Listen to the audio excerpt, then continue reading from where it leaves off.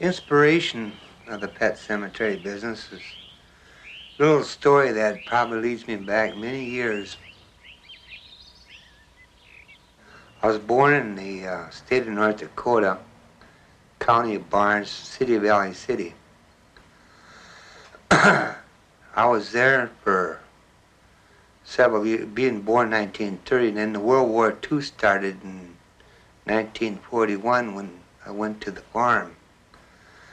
On the farm, I had my own pet collie, which worked with me and was beside me no matter what I did and where I go. My pet collie was with me. One afternoon, we came back from hauling bundles, thrashing, new words going, and an old Model A came up the road and struck my collie and killed him. I never did catch him, but I grabbed my collie and I held him in my arms until he died, and I pulled one little acre of land right behind the house, I'd say a quarter mile away, overlooked the prairie to the north, which was really beautiful, had the lakeside in the back, and I picked that as a cemetery for my own collie. Right across the street from where I lived in Los Altos was the most beautiful piece of land as far as I was concerned in the whole valley. And boy, I knew what to do with it. Make that into a pet cemetery. I thought, well, this is going to be my project of life. I found the land, I found the need, something the old-timers used to tell me years ago. To be a success in this world or in life, find a need and fill it. And boy, I found the need, and I wanted to fulfill this more than anything else. Anything I've ever did my whole life, I wanted to fulfill this dream.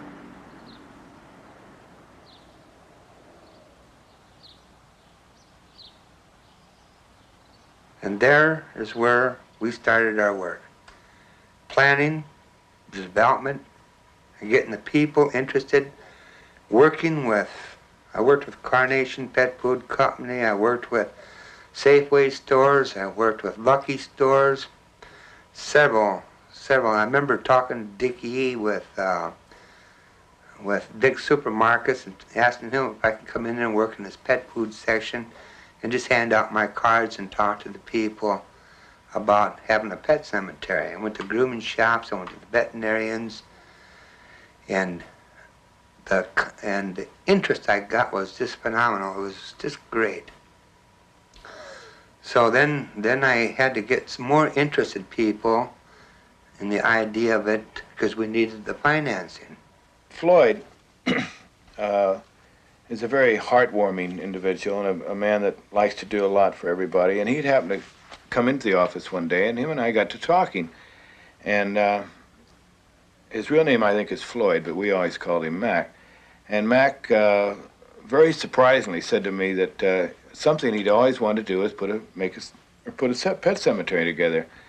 So I told him, I said, well, gee, Mac, that's amazing because we've just been thinking about the same thing ourselves, and maybe we can put it together, as under one group. So he said, wonderful. So I was made aware of this property that is in Los Altos on Foothill and Highway 280, and we felt that that would make a great place for a pet cemetery because it had tremendous visual ability and the thousands of cars that went past 280, and the property leaned in other directions as well. It was a marvelous location for a restaurant or a motel or various and sundry things. We found that people by the name of Dutton owned the property, and we approached them and asked them what they thought of it. There was a meeting held at Mr. McClure's house, which I attended. I was a little late, but during the meeting, Mr. Dutton had expressed his wishes, desires, and needs to Mr. McClure, and emphasizing very, very strongly that Mac, you have nothing to worry about. I'm a minister of this particular church. You can trust me. You can trust me. You can trust me. I'm a minister. We will have a pet cemetery. It will be success, and you and I will put it together. We'll do it. We'll have it. just you and I. That was sort of a kismet idea. So we went to work on the pet cemetery, and the ugly crisis, which we used as our basis, and this was nothing against the SPCA of Santa Clara County. It was nothing against the Animal Control Officer of Santa Clara County, but the idea that we needed the concept and for the people that loved their pets and needed a place for them. Not the garbage pit, not the garbage can and a place to bulldoze them into the ground, because we had more love and desire for our Mother Nature's little pets. God only gave us these pets to be our fellowship, our desire, and our will. And what have we got to give them in return? Not to be put into a garbage pail or a dump ground, but our last goodbye for the thanks that they gave us. Rendering is one of the oldest industries. It dates back to the time of the Egyptians. They can trace it back this far, rendering. In the Bible, you know, way back in the Old Testament, the guy cut off the sheepskin, right, and put it over him. Put the lamb fat on him to keep him warm. It could be the oldest industry in the world. It could be. It's possible. When the public got concerned about recycling, that's when the rendering industry started to blossom out, so to speak, and say, hey, we've been recycling for 500 years here, you know, take a look at us. We are recycling. We're doing what everybody wants us to do, and that's when we started to come forward. Before that, nobody talked about the rendering industry. That's why it was the invisible industry. Nobody ever mentioned it, you know, on the quiet side, what those guys do out there. They boil all this stuff in pots. And stinks.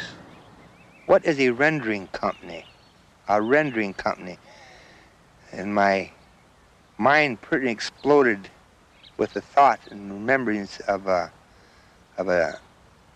very bad nightmare, a dream of hell. And it took me back to this rendering company in North Dakota, where all the little pets at that time, when they died, were a truck had come out and a big old driver would come and grab your pet and throw them in the back end of this old truck and take them to what I call the boiler chambers.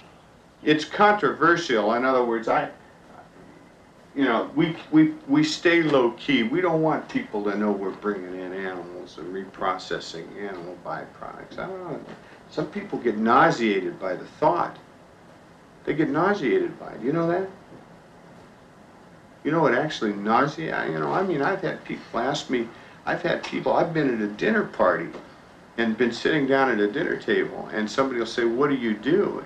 And I say, hey, I'm in the tallow business. And somebody will say, oh, geez, don't bring that up right now, huh? Wait till after dinner when we all break up. I mean, in other words, we don't want to talk about what you do, Mike. It makes us sick. Why? I don't know, but it does. People say that all the time. We called it back home a glue factory. They don't waste nothing.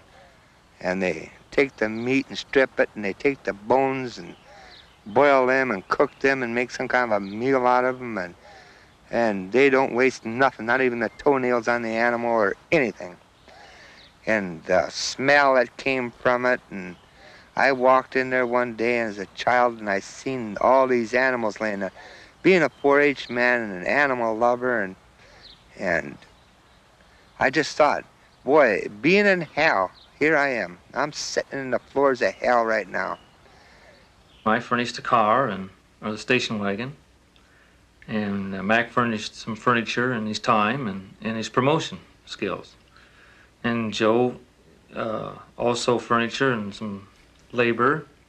We both dug the first few graves, and I made some of the caskets, and Joe would also go around and pick them up, and he'd go around and pick up the pets to be prepared. Burying the pets was a very, very difficult task. Mr. McClure was physically handicapped. He couldn't no way do any physical labor whatsoever. And my having full-time employment was mostly done in the evening. A gentleman came to my door, and the gentleman was a huge man. I'd say about 6'2", a large face, the type, more like you'd say he's more the Hercules type. And he asked me, he says, "Are you Floyd McClure?" And I said, "Yes, sir." He says, "Do you have the pet cemetery across the street?" My house is right across the street from the cemetery. And I said, "Yes, sir." And he started crying. I thought, what, I asked him, "What's wrong?" And he said, "Well, last night my dog died." And he says, "I wanted to bury him this morning." And his family was home and that, and they were going to go to church and that. But he had him completely wrapped in like a mummy, partner. I would then get the pet out of his car, lay him out in a driveway, and proceed to clean him up, brush him out, make him as presentable as possible under the circumstances. We had all kinds of animals, every type of animal. We had snakes, we had rats, we had monkeys, we had chickens, we had hamsters, we had mice, same field, rodents of all types. And we had, of course, dogs, cats were our main pets. But it doesn't make any difference to what type of animal. If that animal, you love it, and you want to give it a proper burial, that's your business. You bury that pet because you love it. You could have idea that all animals should be buried, but if you live over here or 5 miles away or 10 miles away and you have a horse, and that horse dies on a Saturday and it's 102 degrees and you can't get anybody to bury it, I'll tell you, you're going to get a hold of the rendering company real fast, because you want that horse out of there, like now. Say, I remember one young lad there that he had a pet lamb. And his lamb died, and right away his dad, picked up the phone. This is a 4-H animal that, he'd taken from birth and that, and just loved this animal.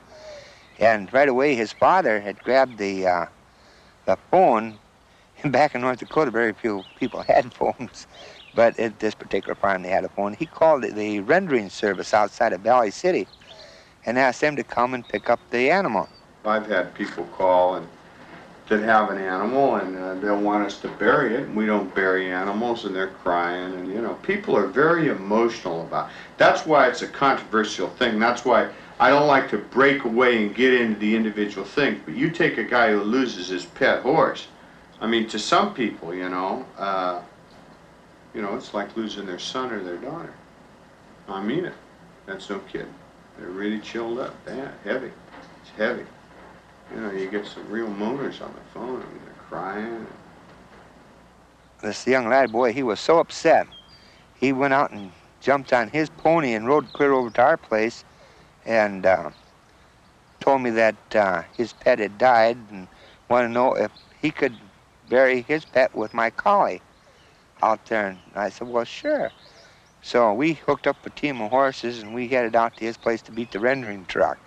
And we did. We got there and got the pet on the wagon and got him back over to the farm, and I guess we beat the rendering truck about 2 hours or something. We had a little altar set up in the office with some artificial flowers, and Mr. McClure would light the candles and be ready to receive the mourning owners of the pet. The mother was uptown shopping, and the kids were home. I'm not talking about just small children. I'm talking about kids that are teenage children. And the mother had given Pacific chores to do. Well, one was the girl was to wash and dry the clothes. One was to wash, and the other one was to take the clothes out of the washer and put it in the dryer. But so anyway, the job was done. And the girl threw the clothes in the dryer and slammed the dryer door shut and walked back to the kitchen. And as I understand this now, then she heard some meowing and frightening screams of the cat. and they were looking for the cat and couldn't find the cat. All of a sudden, they seen in the dryer, they thought they heard in the dryer, and they opened the dryer door up, and there the cat was in the dryer. Well, the little cat suffered a broken neck, and I guess they'd called out the fire department and everything there to try to revive the cat. The cat did pass on. The love that people have for their pets is really tremendous. It's something that it's very, very difficult to explain. On several occasions, I've seen it myself where we were burying a pet, where the whole cemetery would be at the gravesite, and the children and the mother and the father would really break down and actually cry. The little services that we give out there at the cemetery, we bring out pretty much that here before us lies little Toby. Little Toby was put on this earth for two reasons: to love and be loved. And today we're standing here saying goodbye to little Toby, who was the Smiths' beloved little friend. And now we are going to give you back, little Toby, to Mother Nature. Well, we had a gal here. I had a gal hired here. Now this will show you what you're up against. That she never went in the plant. She never left this office. And you don't see anything from this plant. Yeah, these trucks come in, but you don't see too much, right? And she didn't see anything. But she left. She quit working here because it bothered her mind. The mere fact of what we did bothered her mind. And she never saw a damn thing or smelled anything. This is one thing that really bothered me a lot, that really got into my heart, was knowing not only that animals are being treated in such a violent way after death in this rendering company, by being tore apart and every scrap of their body being used in one way or another. But the smell and stuff was so terrific. We'd even sit down in the evening time to our meal, and the only thing that hit your nostrils wasn't that good piece of meat you're about to eat, or the vegetable, or the nice dessert that's put on your table, but you first had to grab the wine glass off the table and take a whiff of that to get the smell of the rendering company out of your nostrils before you could eat. You know John Esquaga's nugget up there? They lost one of those elephants one time. Geez, they didn't know what the hell to do. We got it, and somebody made the statement, hey, that thing went to the rendering company. We had so many phone calls, and we actually had to deny that we had that animal. We told them we took it out to Pet Cemetery and buried it, because people just didn't want to get, people got chilled up. What happened to that animal? What happened to that elephant? Where's the elephant? You know, every once in a while they'll lose a giraffe at the zoo, or they'll lose, you know, Big Bertha, or they'll lose, you know, Joe Bear, or whatever his name is. And I mean, you know, people say, hey, you know, what's going on here? You know, we better bury this and get a plot and everything, see? So we got a standing deal with the zoo, you know. They don't tell where the animal went, because they don't want to be in the burying business. When I came here and seen this ugly crisis, these gas chambers that they got built down here, and these pets half dead going into the dump grounds, and the bulldozer going over the top of them and leaving them half alive in the garbage dumps, brought me back to that, and I thought, boy, we're going to beat this.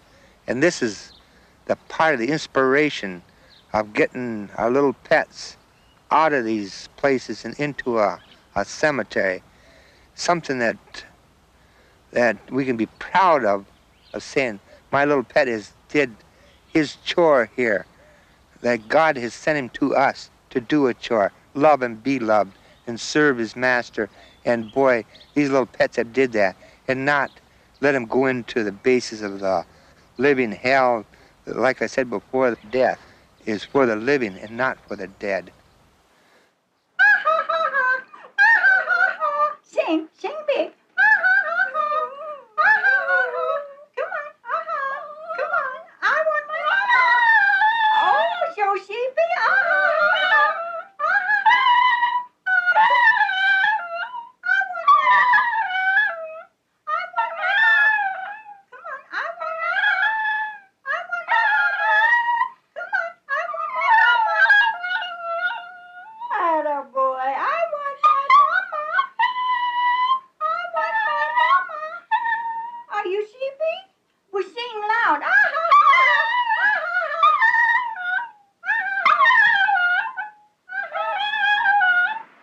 how can I say how you miss them, and how you wake at night, feel around for her, hoping that she's all right, and then she's not even there. It's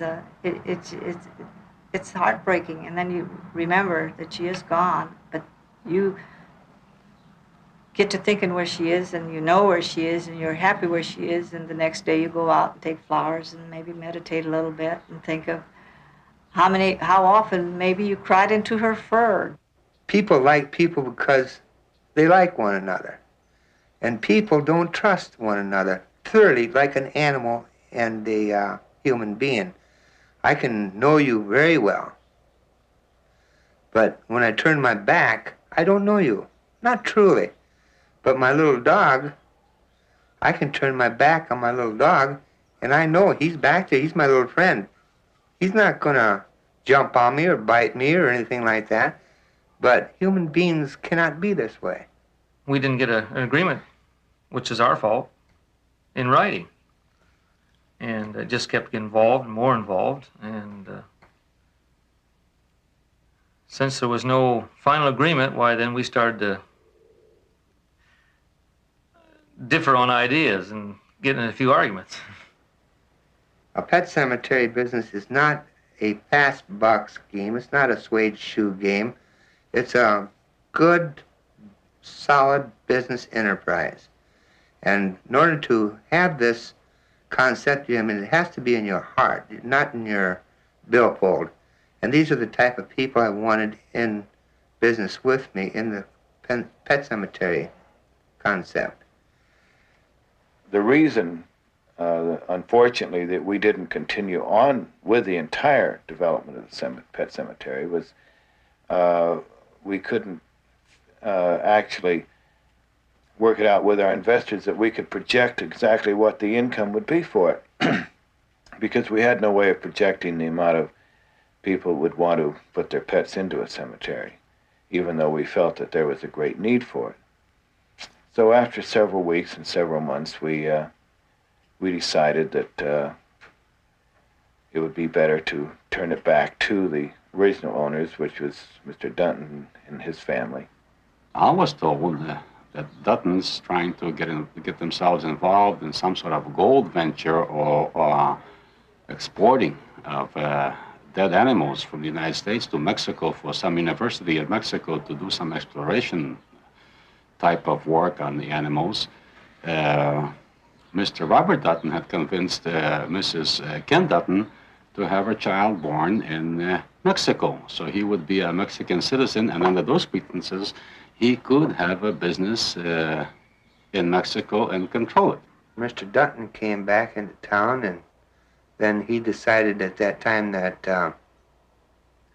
well, maybe this is just a great thing. I mean, I can't speak for this man's mind, but the only thing I thought at the time was the way they decided I should open one grave site and put several pets in the one grave and then close it. To me, it only spelt one thing. Let's get all the bucks we can out of this.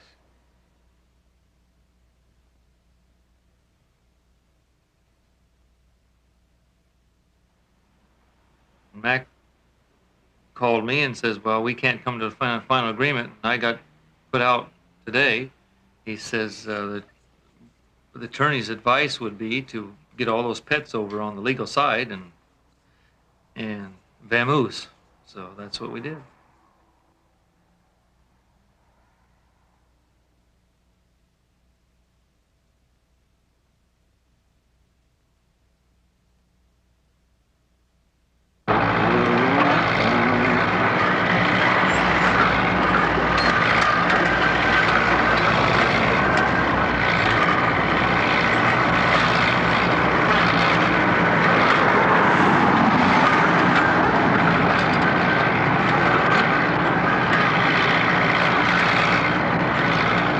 Mrs. Billingsley came out to the cemetery and said that they had moved the stone on her animal.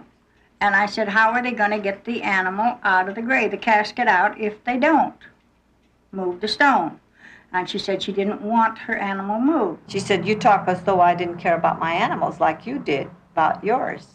And I says, well, that's the way it appears to me.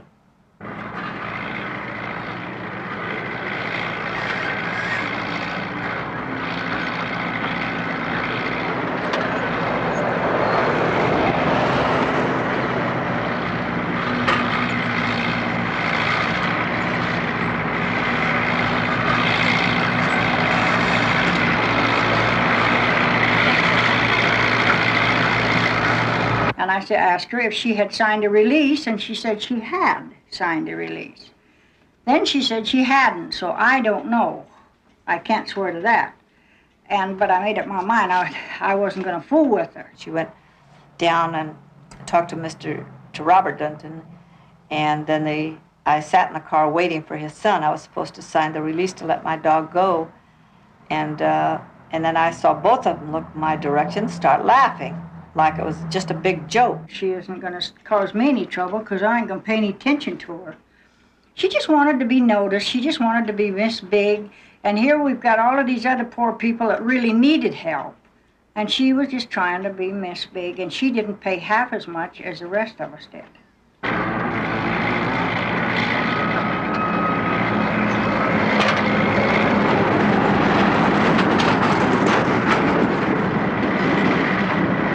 I don't know whether she really liked her animals or loved them, or whether she was just trying to show off and make a big impression. This was my idea, because anybody that would come whizzing up in a Cadillac with all of her furs on to a cemetery, and you know when they're digging animals, it's going to be an odor there. Didn't have much upstairs, because I'll tell you, that was not the place to wear fur.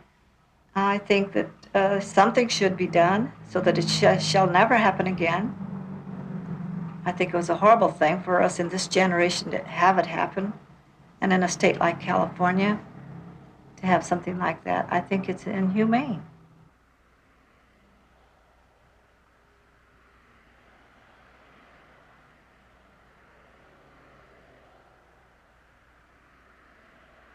I think Mac really wanted a pet cemetery. I think he had probably a great love for animals.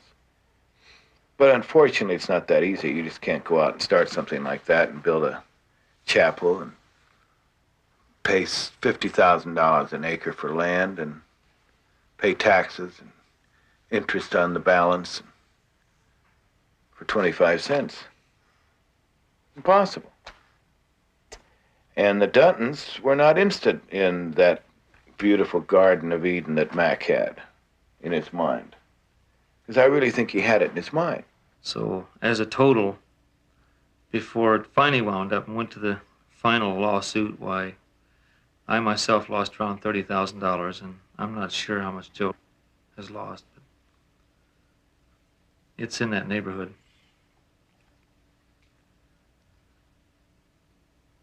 I suppose after you lose this kind of money, you just keep working at it until you're going to be a success at something. I don't know.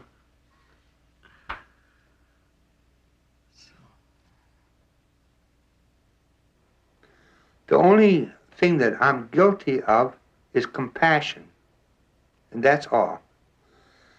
If you want to put to what I was charged with in the courts, the only thing they can charge me with is compassion, because I put my heart over the dollar sign. It wasn't the dollar I was after. It was to take care of my customers and my dedication to what I believed in. Then, because of the way I proved my point by using my heart into fulfilling my obligation, then I was condemned. Then they write letters, tell everybody I am no longer part of it. Which, broke me. I not only financially, a burden upon myself and everyone else. I was not only broke, but broken heart.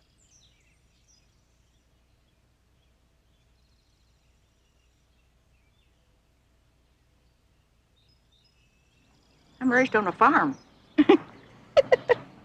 We have chickens and pigs and cows and sheep and everything.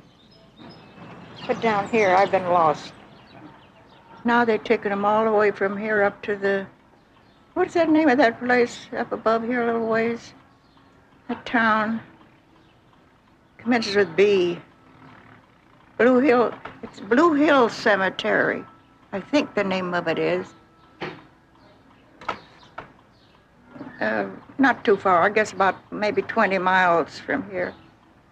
A little town there, a little place. You know where it's at, that place. But I was really surprised when I heard they were getting rid of the cemetery over here. We're going to put in buildings or something over there. Oh, well, I know people have been very good to me, you know, Ron. Well, they seen my condition. I guess that's what they're sorry for me. But it's real, my condition is. It's not put on, that's for sure. Boy, if I could only walk, if I could only get out, drive my car, I'd get another car. Yeah, and my son, if he was only better to me. After I bought him that car, he's got a nice car. I bought it myself just a short time ago. I don't know. These kids. Sometimes the more you do for him, he's my grandson, but I raised him from 2 years old. And my husband always told me, he says, Mama, someday you're going to be sorry. That was a car, huh? Was that that? Oh, boy. He says, some days you're going to be sorry. You see how it happens, things? I don't see him very often. And he just got the car. I didn't pay for all of it. I gave him $400. Pretty good. His boss knows it. Well, he's not working for that outfit now. He's changed. He's gone back on his old job, hauling sand. No, not hauling sand. He's working in the office, that's right. He took over the office job. Yeah, his boss told me that on the phone. But, you know, he should help me more. He's all I got. He's the one that brought me up here. And then put me here by myself among strangers. It's terrible, you stop and think of it. I've been without so much when I first came up here. And, it's just, you know, it's, that's what half of my trouble is from him not being home with me. Didn't cost him nothing to stay here. Every time you need money, it always come, Mom, can I have this, can I have that? He never pays back. Too good, too easy, is what everybody tells me. I quit now. I quit. Now, he's got the office job, I'm going after him. I'm going after him good, too. If I have to go in a different way, he's going to pay that money. He's got the office job now, and he makes good money anyway. And he has no kids. He is not married. He never get married, he says. He was married once. They're divorced. And, well, she tried to take him for the kid, but she didn't. They went to court for somebody else's kid. But she's nothing but a tramp in the first place. I told him that. He wouldn't listen to me. I says, I know what she is. I said, Richard, please, listen to me. No, he wouldn't listen. He knew all, he knew everything. Big shot. But he soon found out. Now that's all over with. I've been through so much, I don't know how I'm staying alive. Really, I have, for my age. If you're young, it's different, but I've always said, I'm never going to grow old. I've always had that. And people that I tell how old I am, they don't believe me. Because people my age as a rule don't get around like I do.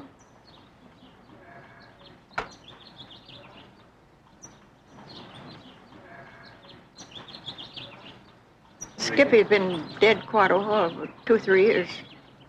You know. Yeah. I don't want to think about it. He was so, everybody liked that dog around here. You know, you miss your pets just like you do any of the family. And I don't know what happened to this last little kitty who was here. All the cats have gone. There's no cats around her, no animals, no nothing. I miss that little black kitten so much. It was wonderful. And all of a sudden, boom, no animals around. Somebody in the neighborhood or something is doing away with them.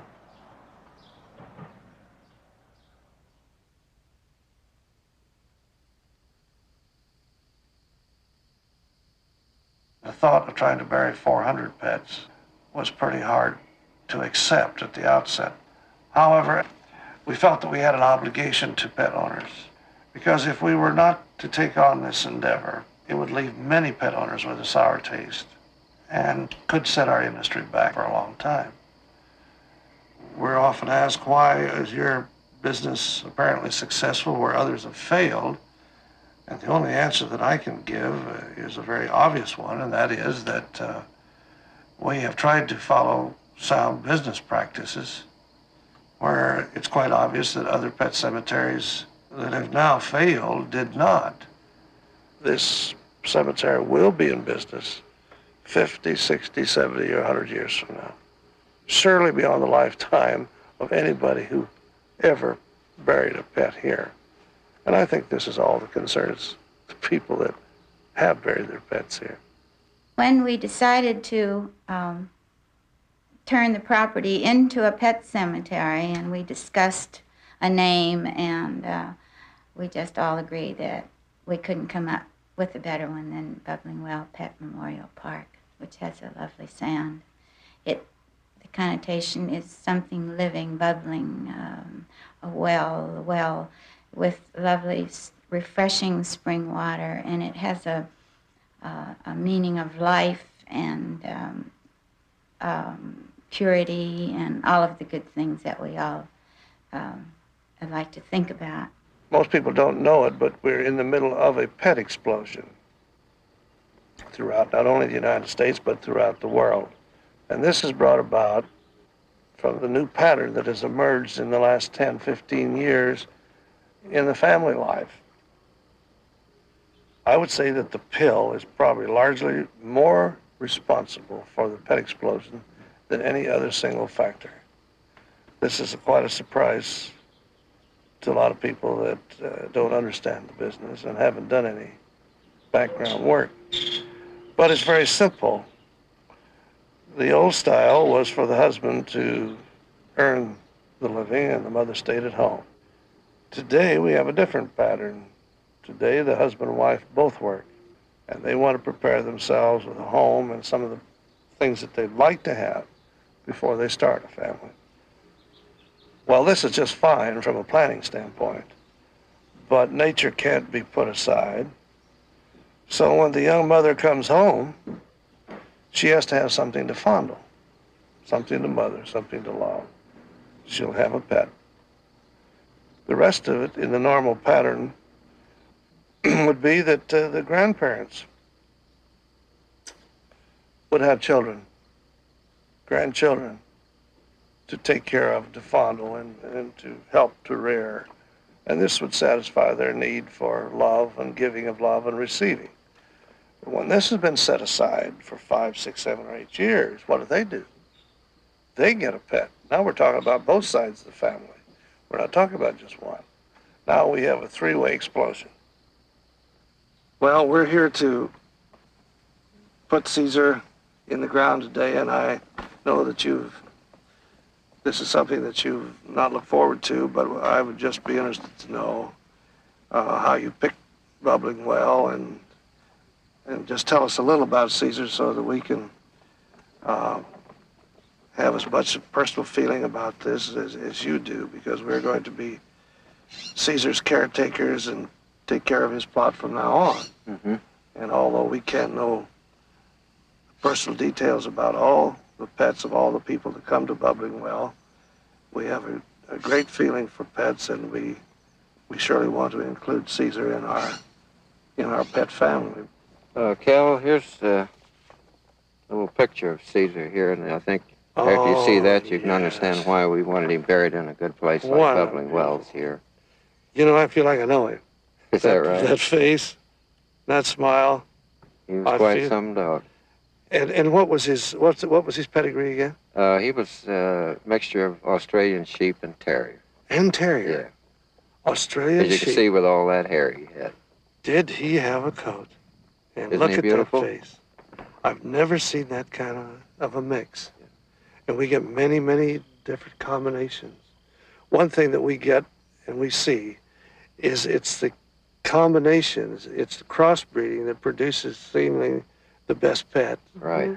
The purebreds are fine, and a lot of people enjoy their relationship as much as others. But it seems that when we get a mix, that somehow or other it seems to bring out the best in all the breeds, and they make a better pet. Right. I don't know why. I'll This leave is it at that. most unusual. Most unusual. I just could say I've never seen anything like that. He always had the hair down over his eyes. Always, that's Always from in the his sheep. eyes. That's from the That's sheep. from the sheep, Eddie. Yeah. You never had any trouble looking out, though. No, he found his way around pretty good. He got around. Yeah. I'm sure glad you showed He that to always got around me pretty me. nice. He got. I bet he Right. did. I'll bet he did. Our oldest son, who was in the insurance business back in Salt Lake City, decided that the pressures in the insurance business were getting to him, and he made a trip back home to just sort of look around the Bay Area to see what might be available. And his mother, as devious as she is, sort of got him on the hill and really sold him a bill of goods. And the next thing we knew, he had decided to bring his little family back to Napa.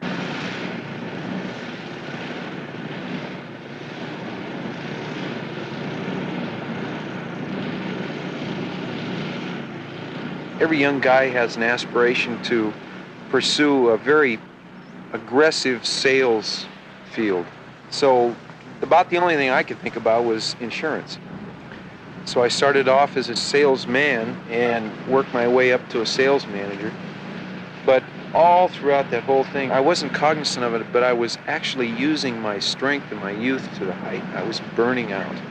I could not exceed 150 pounds. No matter how much I ate, it just, there was so much mental work there, and I had ultimately no free time. So I resigned my position, and of course gave them plenty of warning and stuff.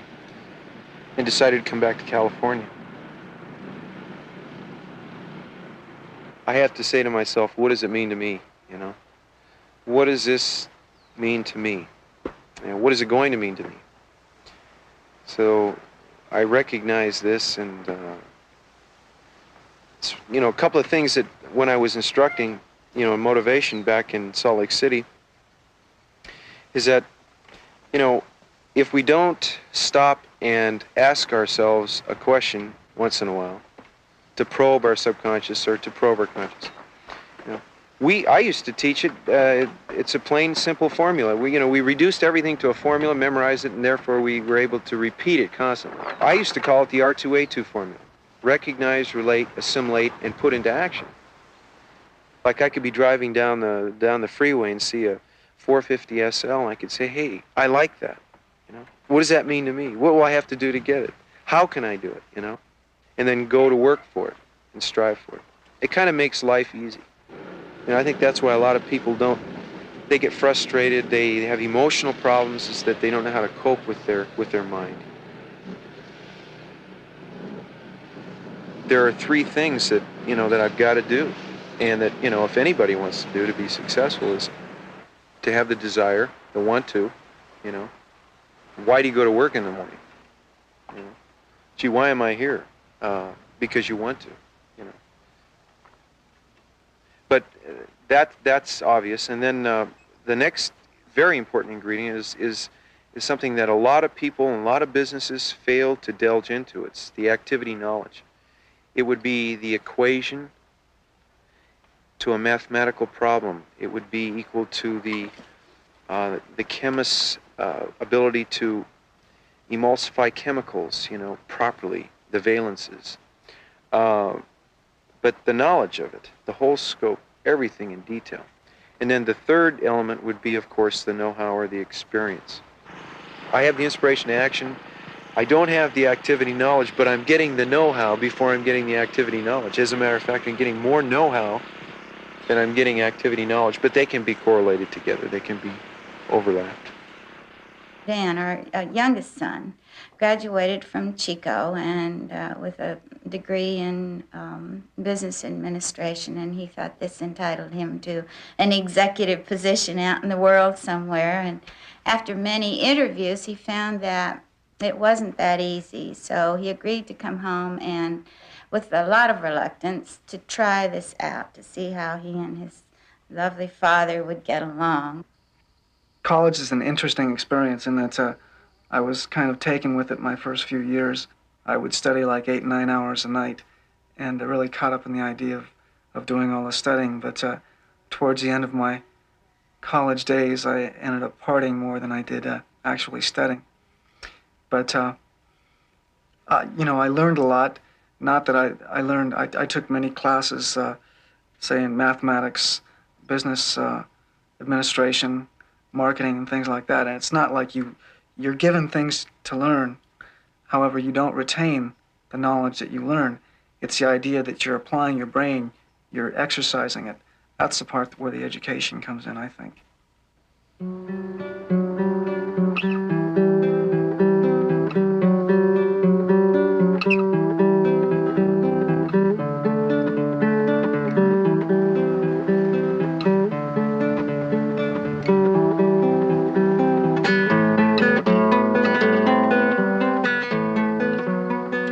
Something also that happens to everybody, I suppose. I fell in love up in Chico, and I think an important thing in falling in love, before you fall in love, you should have true love, I think, is experiencing many different types of loves and learning exactly what you want out of a relationship. I spent about 2.5 years with a woman, and I fell in and out of love, and I learned a lot of things. You know, nothing lasts forever. It was something that hit home. It was, I think, a broken heart is something that everybody should experience because it makes you appreciate any future experiences that you have. It makes you, you felt the hurt, so you can enjoy the positive aspects of love. So I finished all those experiences, and I came back here to the park, and my father offered to take me on and teach me the business. I just knew that we had many houses up here, and I would have no problem having a place to live. And I lived down in the chicken coop down in the little house for a while. And I got this place, which is a pretty nice place for just one person. The house on the hill is what we call it.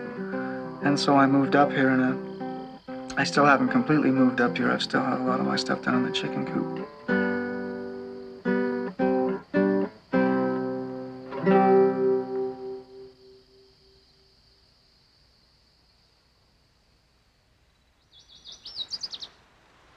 My dad initiated this whole program, I would say approximately 6 years ago.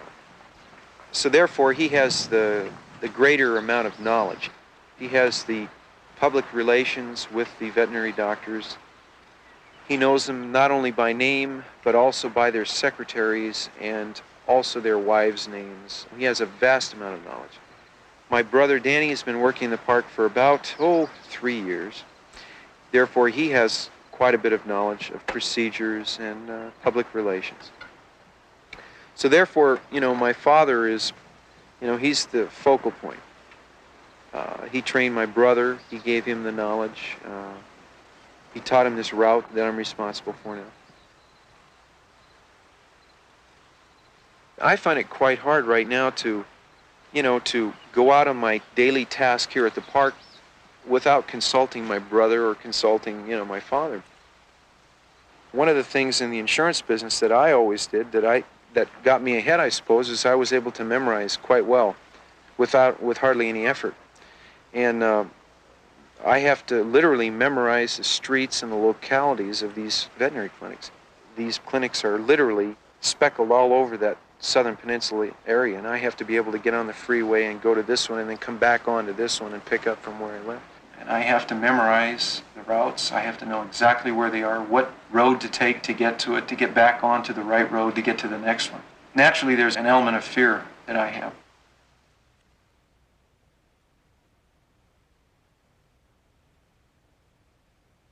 With our permalloy markers, we have several different formats that the people can choose from, and you can see some of the different formats right here. Now, in some situations when the people don't have actual photographs, they can sketch a picture right onto the alloyed steel. Now, the probably the most popular type of marker that we have in a permalloy is what we call a vertical type picture. And the reason being, a vertical type picture, they can place the photograph in a position so where you're getting maximum amount of surface coverage with maximum amount of wordage usage. I have to keep telling myself, geez, there's going to be more parts to this thing. There's going to have to be an advanced selling program. I'd like to be selling in Los Angeles and getting the cemeteries there and starting another one in Los Angeles, maybe Seattle, a larger city where there are a lot of concentration of animals. With our private burials, we have two systems of marking. And the first is what we call a grid system. And the way it works is we have a rectangle with letters and then numbers. And in a vertical position, we put numbers, and the numbers go from 1 to 17. And then we have the alphabet. It's a cross situation where an animal, say Bonnie, would be 9W. What that would mean is that the people would go to row 9, then they'd go to W, and where those 2 points crossed, you would have the location. This opportunity doesn't mean a damn thing to you unless you're willing to work hard, to study, to be a student, and to apply your experience and to do better constantly. So I think, that's what my father's done for many years.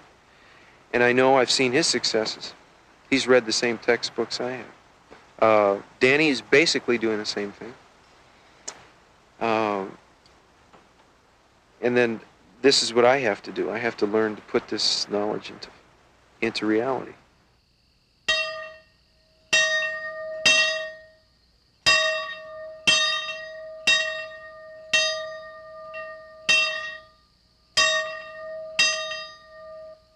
The basic tenet of our church, the Bubbling Well Church of Universal Love, incorporated in January of 1977, is the church has as its tenets a belief in a supreme being who does not differentiate in bestowing his benevolence on all species of life, whether of this earth or any form of life hereafter.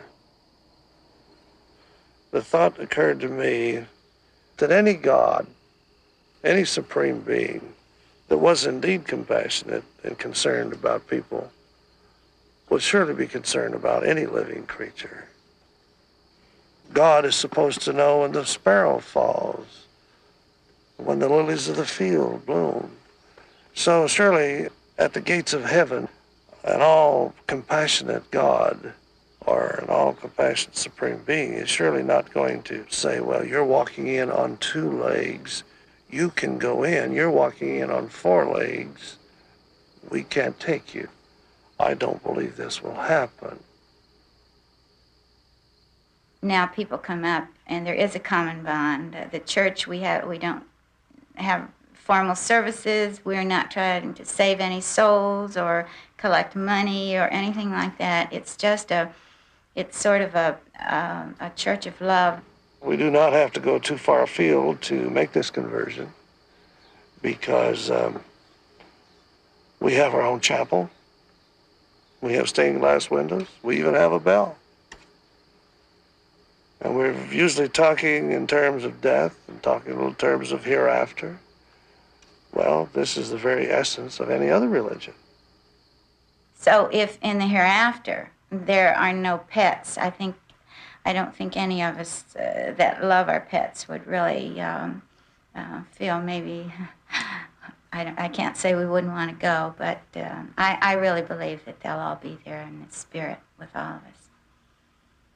The pet owners that we have talked to have embraced the idea, and it has had a very dramatic effect on a lot of them. It's brought them assurance, it makes sense, and it's very hard to refute it, as a matter of fact. because it makes sense. You don't have to depend on a lot of mystical type of thinking. It just makes sense. And people at this time are looking for assurance. They don't want pie in the sky. They don't want fairy tales. They want assurance.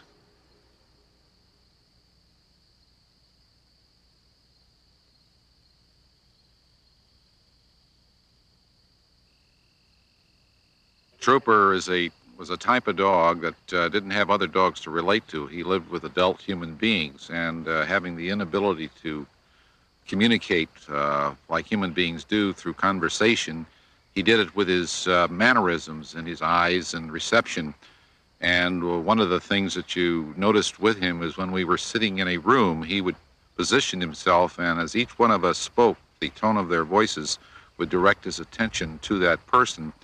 And during the course of the conversation, if the conversation was pleasant, he would react to that, or if it was sharp, he'd react to that. And he also had a sense as to what the subject of the conversation was. In particular, on Christmas time, the discussion about gifts to various members of the family, and there were certain things that we knew that he particularly would like, as to doggy bones and little chewy things that he had. Well, of course, we didn't conceive that he would be aware of our conversation, but yet we were relating to him because, as I say, there was no one else he could talk to and relate to besides, except ourselves. Well, Christmas morning, in fact, this was just before his death, we all came down to open our presents, and they were all laid out in various sections around the Christmas tree, and we would hand each one of us a gift, and particularly with my mother-in-law, or being the elder of the family, we'd bring her presents. Well, he lined himself up and couldn't wait, and he went right to the direction of where his packages were and started unwrapping them right in there, and they were not laid right out in the open, and he unwrapped his presents just like sharing with all of us there. It's amazing that there are so many different aspects of this. It's not just, an opening in the ground. Somebody prefers a casket or not, and the ground is put back into the opening. No.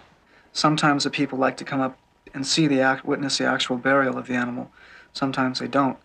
And we pick out a date that's convenient for them, and they come up. And as far as preparation, a hole has to be dug, prepared. We have to make sure that the hole is going to fit the size of the casket, because you don't want to make it too large because you're going to waste space, and you don't want to make it too small because you can't get the thing in there. Mentally wise, I don't worry about putting an animal down into an opening, because if I don't do it, somebody else is going to have to do it. It's just mind over matter. You have to prepare yourself for it. We pick up animals that are 150 pounds, greyhounds, and they're very heavy. We have to bring them into our bodies to be able to hoist them into the truck, So it's mind over matter once again. Sometimes they come in, when we get them, their hair is matted, and they're very moist from being in a freezer where they're kept. And so they have to be combed and dried out a bit, which isn't the most pleasant thing in the world, but it's not that bad, really. I mean, after a while, it becomes something that doesn't really bother you at all. But I don't know what happens down there. I really don't. The moisture, the contraction, the expansion of the ground, of course the insects and so on and so forth. There's another world down there,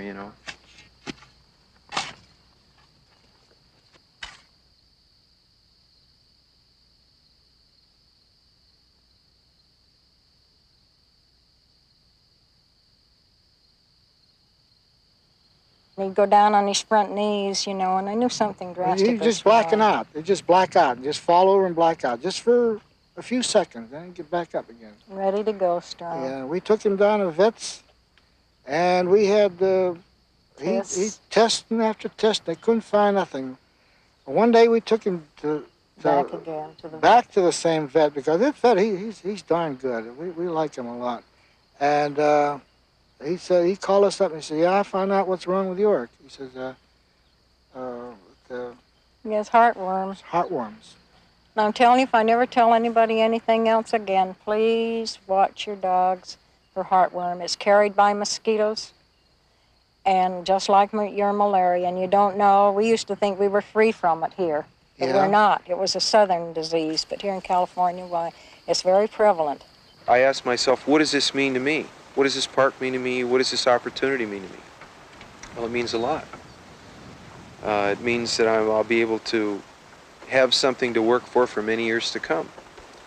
It will provide the things that I will need, and and the long line, of the other things, events.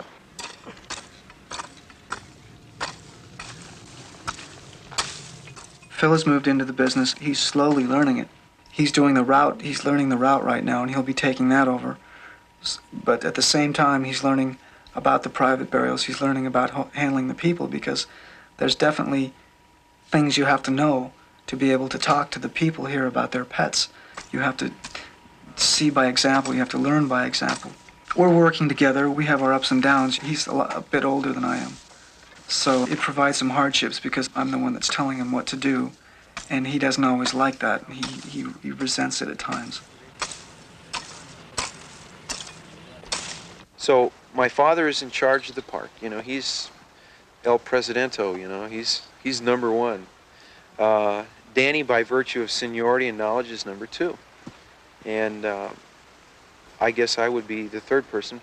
My father now is trying to work out of the business because he's getting on in years and he wants to do a little traveling before he passes on. So he's letting up, and he's letting me take over handling of the people, and he's staying pretty much in the background. Although I don't think he'll ever stay completely in the background because he's a fairly dominant person. Then he came out of it, and he was perfectly normal and racing through Golden Gate Park along the Ocean Beach. And then just as suddenly, we took him over for a checkup to recheck the prior prognosis, and they said that they thought he was all right. He came home on a Wednesday afternoon, and I can recall he was so relieved to get out of that veterinarian office, having been in there all day, but he had a habit, to me, I always got a kiss on the knee area, and I recall that as probably the last time I remember him doing that. And then just as suddenly as the kiss, he seemed to go right down, and we kept phoning the vets, and they said, well, not to worry, that they didn't particularly like to eat when they were under medication of this sort, but to bring him in on Monday. But before that happened, we ran him to the all-animal emergency hospital, and the Dr. Benjamin there, it was too late. He was gone by then, so he just passed away on the Sunday after it. But the main thing is for people who have dogs and they don't breed them, the most intelligent thing I would recommend would be when the dog is about, I suppose the same for cats, but 2 or 3 years old, that is the time to make a decision to have them neutered. You keep that idea of building this place up, of fixing it up, and eventually it will be something that can compare, that nothing else can compare with. That idea keeps the whole thing together, and that concept is what keeps us together, I think. My dad used to tell me when I was a young kid, I'd look at a job that had to be done, and he'd say to me, nothing's impossible. And that always stuck in my craw. I couldn't believe it, nothing's impossible. Well, I kind of learned that when I got in the insurance business, that everything is possible. It's just that you have to look at it with the right frame of mind. And that's important in your mind. There's a tendency to sit on your laurels and be somewhat complacent about small advances and small accomplishments, or even sometimes large accomplishments, have a tendency to put you at ease. However, this is a trap, because we are not content with just having an ordinarily nice or good pet cemetery. Ours is going to be the finest. We're not going to stop until ours is the finest in the country. There'll be no finer when we're through. When I'd hire a guy, I'd bring him into my office, and I'd specifically design my office so that I could display the maximum trophies on walls and stuff.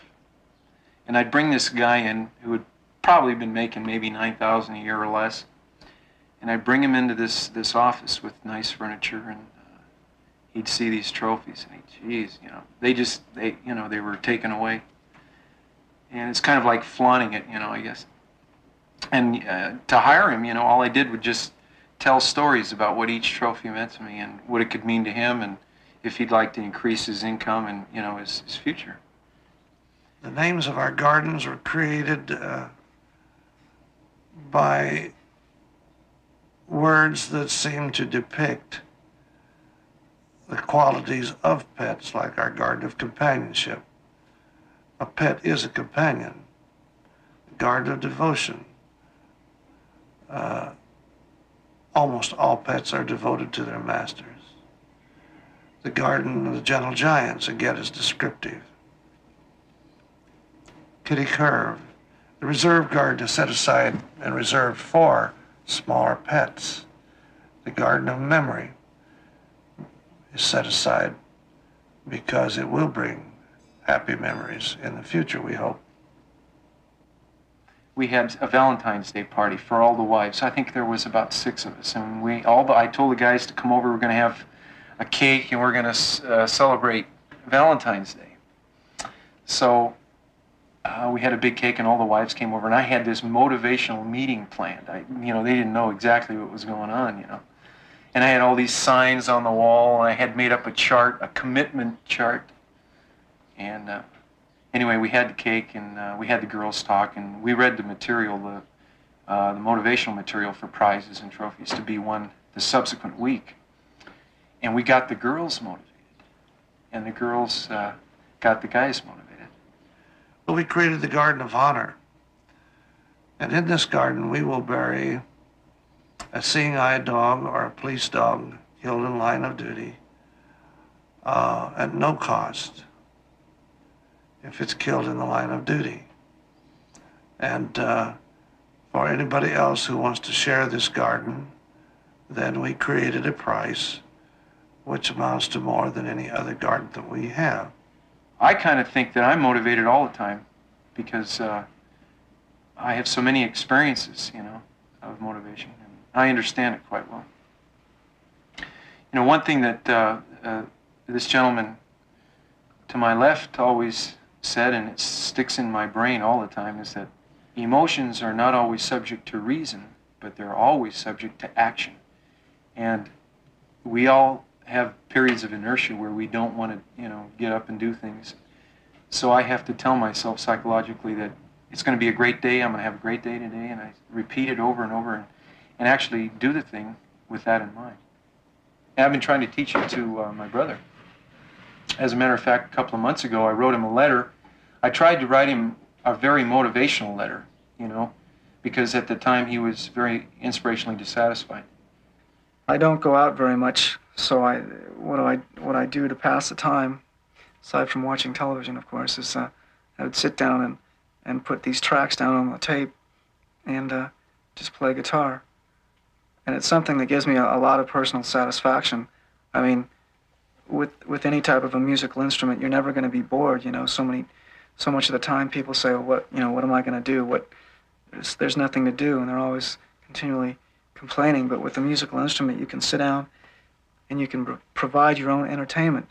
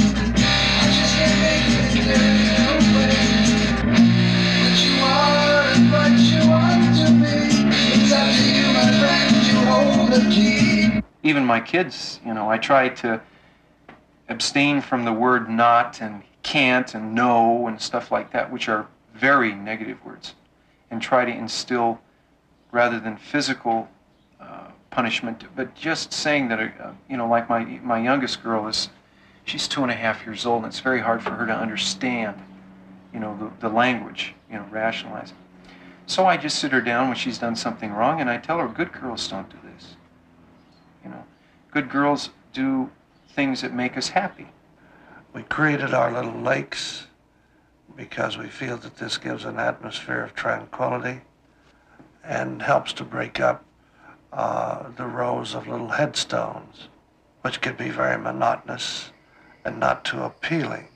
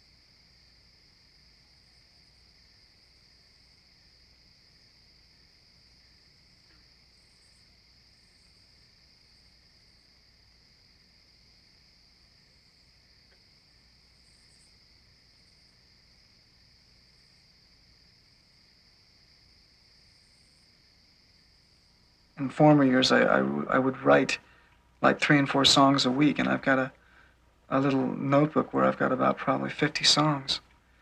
And, you know, you always have the dream in the back of your mind that someday these songs will be published and you'll be famous.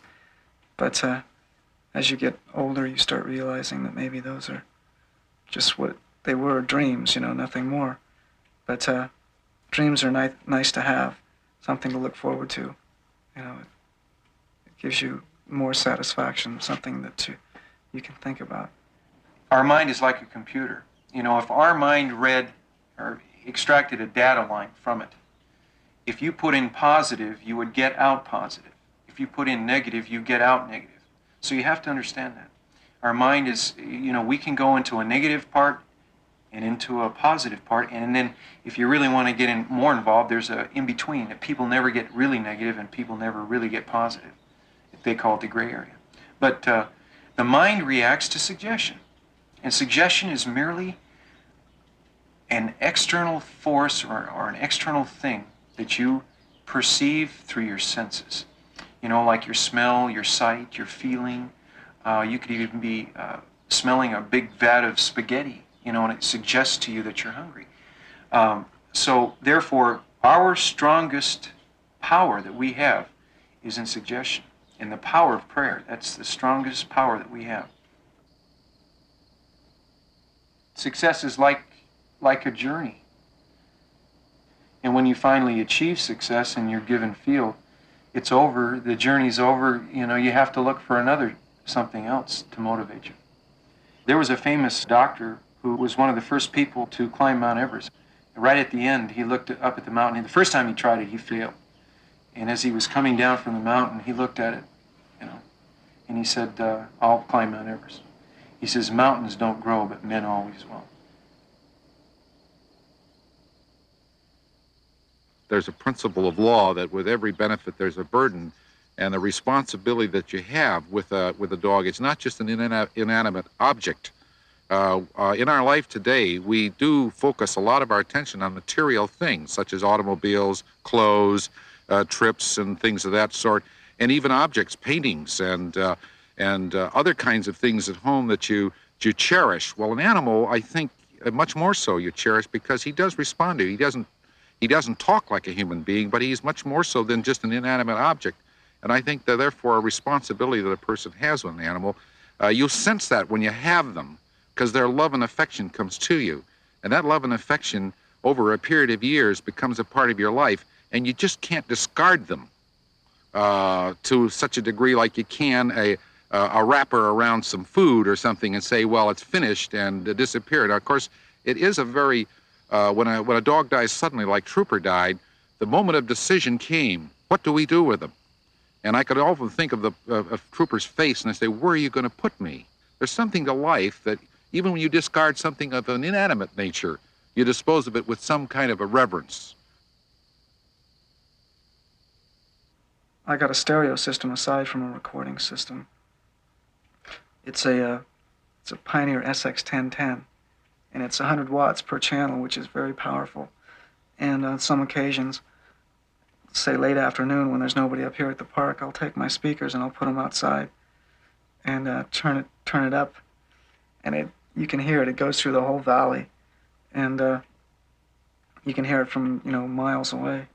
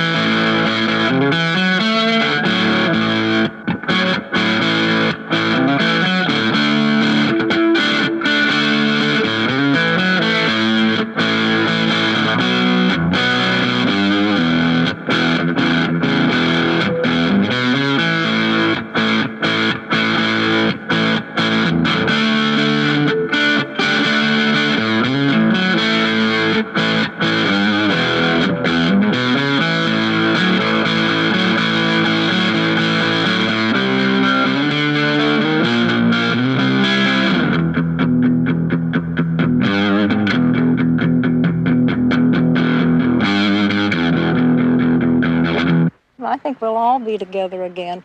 I think we're going to live pretty much just like we do here. And I want to be able to find my pets. I don't want them dug up and scattered all over creation. I want them right where I know where they are, where it's like in the hunting fields, like they've had in this life. And I believe that we'll all be reunited. I really do. I believe that from the bottom of my heart. She got me believing that now. I never believed in it, but... Before, but I still do. Because after all, there's your dog. Your dog's dead. But where's the thing that made it move? It had to be something, didn't it? There's your spirit. There it is. I might be dead, but I'm not moving. And you can't put that back in them.